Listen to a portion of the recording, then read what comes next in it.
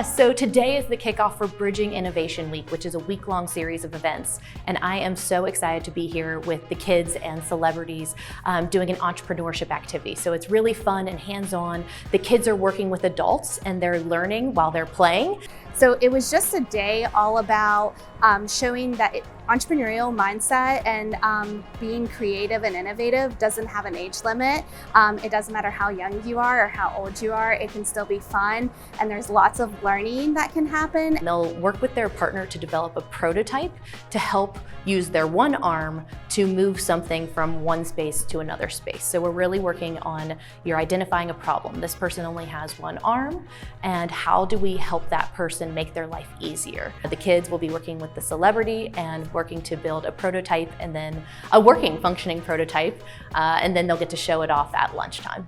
These are the types of events that I think are really critical and can really change the course for children that are interested in entrepreneurship, that are creative thinkers, and that have big ideas. And then them getting to pitch in front of that large group of people at the end of this conference. I mean, to be under 10 years old and stand up in front of 50 people and be able to pitch your idea and say what you created and say what the problem was, that's amazing for students, and the confidence that built for them.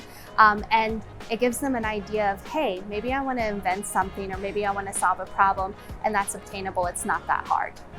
Being able to do public speaking in front of such a large audience was amazing. I couldn't believe she could do it. I was also amazed at how she clicked with James, our celebrity of the day. It was neat to see her placed in an adult situation that was kid-friendly, but also advanced her skills at creativity and presenting and networking and all the things you need in the real world. I think that entrepreneurship is critical in the state of West Virginia, and I am proud to be a partner with the Department of Education in showcasing the entrepreneurship mindset, because that's really at the core of what we're trying to do. We're trying to show students that if there's a problem that exists, you can have the tools and you can come up with ideas to solve that problem. You don't have to have someone else solve that problem. When I asked them what an entrepreneur was a few years ago, before we started this at the department and bringing entrepreneurship in the K-12 system, students didn't know what an entrepreneur was. They thought it was something that was unattainable to themselves.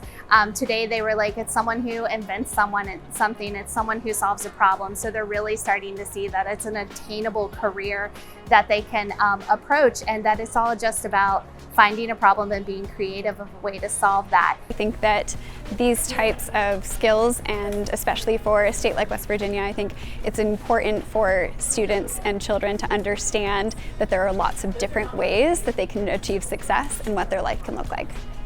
It is incredibly special to me to have the opportunity to work with the next generation of West Virginians and hopefully inspire them to create and stay here in the state of West Virginia and make it a better place.